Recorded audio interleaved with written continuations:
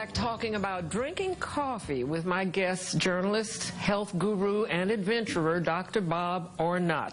Now, I read somewhere that coffee is the new red wine, but how you brew and drink it is what makes it right. You have to brew and drink it the right way. Help me understand. So sommeliers are now coming out of wine to become coffee stewards. There are 700 taste components to red wine. There are 1,200 taste components to coffee. If you look at the Specialty Coffee Association, they now have a flavor wheel. So traditionally, American coffee has been burnt. I mean, a very dark wood. And you may not like it because it tastes like burnt wood, right? I'm not a coffee drinker, but I admit. But the best coffee, it tastes like raspberries and apricots and chocolate and cocoa and caramel. I mean, it's a wonderful, wonderful taste. So several things. First of all, it has to be a high-quality bean. Secondly, you have to roast it lightly. Now, a light roast doesn't mean that it's not bold or strong. You can still use a lot of coffee to make it bold and strong. But the light roast allows the flavors to develop. Then what you do is if you can, you want to grind it yourself. It's just like you wouldn't peel a banana and leave it out for a week and have it a week later, right? You wouldn't peel an apple and have it later in the day. You want to freshly grind it, and you will smell all those wonderful aromas come out of the beans. Then I have a coffee pot at home. I measure a little bit of this out into one of these filters. It's a Kalita filter. And I've got my coffee. It takes me probably 2 or 3 minutes to prepare a really perfect cup of coffee. Does it make any difference the kind of pot that you use to brew? So in our laboratory, we have looked at various ways of preparing coffee. The very best extraction, meaning getting the very most benefit out of it, is called an AeroPress device. It's a very popular device. This is a Kalita filter here, which is very popular. In the White House, they have one called Chemex. All of them very good at being able to extract the maximum amount of benefits out of a coffee bean. But now you talked about the differences in beans. If I'm a casual person or even not so casual, what am I looking for when I'm buying beans? So we took an analytical chemistry laboratory, third-party laboratory, analyzed beans from all over the world, and found in these wonderful microenvironments, like between Mount Kenya and the Aberdares, southern Ethiopia is another example, a place where the beans are challenged because it's high altitude, it's cold, it's windy, it's foggy, it's rainy, and it challenges the bean to be the best that it possibly can. So it has fabulous tastes, and it also has amazing benefits. Now, here's what I mean by benefits. The reason that coffee we now think is so good for us, and is the new red wine and the new superfood, is it has the highest amount of polyphenols in the American diet. And a lot of people go, what do you mean by polyphenol? Well, the polyphenol is the substance in fresh fruits, vegetables, red wines, green teas, olive oil that makes it so healthy. But there's more polyphenol in coffee than anything else in the American diet. So we've actually found these coffee beans that have up to 20 times more of these polyphenols than ordinary coffee. For instance, in Kenya, this is a picture of myself with an orphanage that we support out there. This particular bean called a Karagoto is fantastic. Amazing, amazing beans. Another one called an Ichimama. These two coffees here, one called Dr. Dames, the other called Doctari. Both have tremendous, tremendous amounts of these high-benefit substances that help you in terms of being able to fend off inflammation and oxidation. So if I'm looking at coffees other than your special coffees or beans, am I looking for a particular region or a particular description on the label? I would look for very high altitude. Okay. I would start out looking at Kenya and Ethiopia, probably the two of the finest. Colombia also has great coffees. And, you know, if you're buying it online, there's a wonderful independent site called Coffee Review. So just like there's Wine Spectator for wine, so Coffee Review rates coffees. For instance, these coffees rate now in the 90s, which is a very high mark to get. So if you're buying something at high altitude that gets a really good score, you're assured of having something really good. Also, you know, go to your local roaster and coffee shop.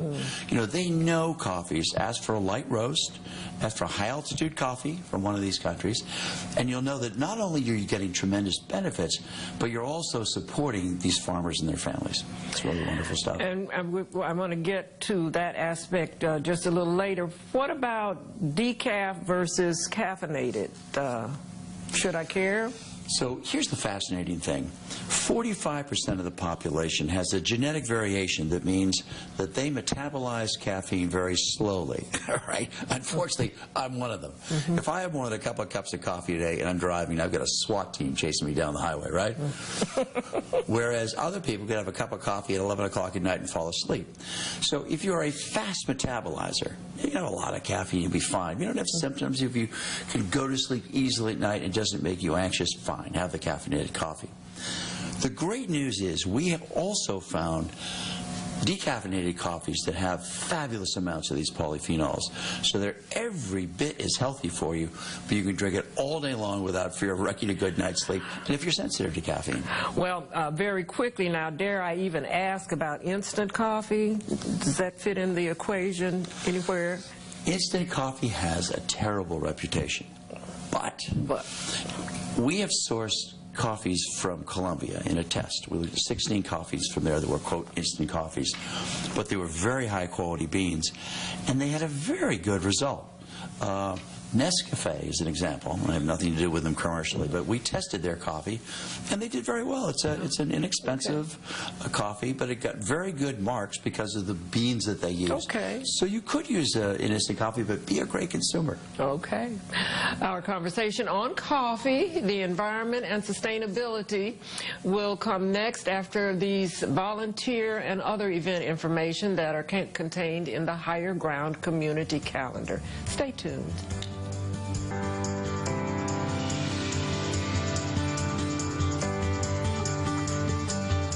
My guest is journalist Dr. Bob Arnot, MD. He's traveled all over the world, and in addition to the health benefits of coffee, you believe there are some environmental and sustainability benefits as well. Explain.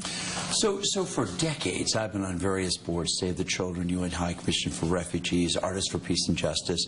I spent years working out in Sierra Leone, Kenya, Congo, South Sudan, Somalia, and with all these organizations you get a grant.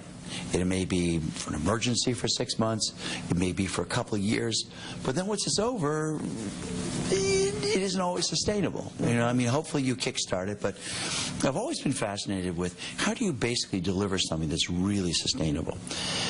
So what I love about coffee is this, that what we have found through our analytical chemistry is the very best beans deliver spectacular benefits in terms of your overall health and how you feel. But it's a better bean, it's better agriculture, they're better estates, they're better farmers. And we pay a lot more for these beans. Instead of paying 90 cents for a pound of beans, we will willingly pay $4 or $5 because we know that money then goes to the farmer, better health care for his children, better maternal child care, better schooling. So it's like a dream come true in terms of spectacular benefits for the farmers themselves. So in essence, you know, you can feel good about saving the world while you're saving yourself, you might say. And I think I read there were some environmental benefits of the coffee plants as well in terms of air and water. Can you explain those? Sure. So, you know, the high altitude coffees, first of all, even if they don't say organic, they would never use pesticides. I mean, they don't need it in the first place.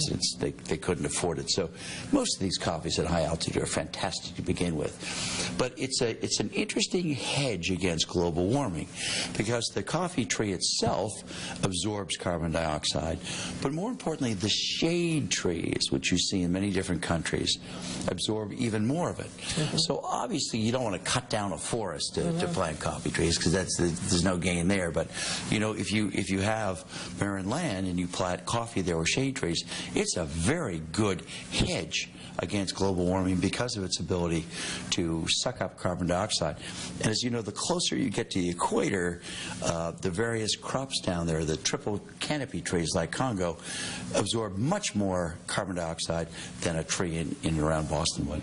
What about the ethical, is there any ethical labeling for the average person, shopper, to know which farmers are the good farmers as opposed to, I don't know, the bad farmers? I don't want to paint corporations in an unfair way, but how do we know that we're making the best investment in the future of the farmer? You know, honestly, the best way is to ask your local roaster. Many of them have one-to-one relationship with the farmers. They know them, they know their families, and the money's getting there. There's this fair trade organization, which is another way of knowing, but it's an expensive certification, so not everybody has it. You know, if you're dealing with first-class roasters that have the very high-quality beans, be willing to pay a few cents more for your coffee. Like this Daktari is an example. This supports a wonderful orphanage out in Kenya, supports two great pastors out there, Joshua and Tabitha, and their work. So you feel really good about what you're doing for the kids out there by paying more for those beans. So, you know, pay more for a good cup of coffee, but, you know, do ask that the money's going to the coffee, the farmers, pay and not more, the middlemen. and it will do more. Well, yes, thank you pay more, do more. I love that. Thank you very much. Carmel, well, thanks for so your much. What a time wonderful half with hour. us about this, and please keep up that very important work that you are doing. If you want more information about this Dr. Arnot's work, the name of the website or the address is DrDangerCoffee.com. DrDangerCoffee.com. And that's it for this edition of Higher Ground. Thanks for watching.